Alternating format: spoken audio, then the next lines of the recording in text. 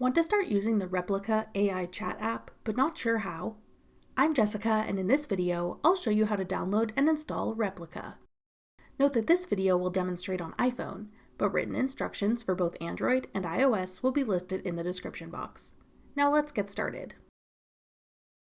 To download Replika, first open the App Store.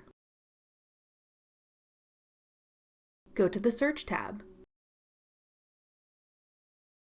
Then type in Replika in the search bar. Tap Replika when it appears in the search results. Then tap Get.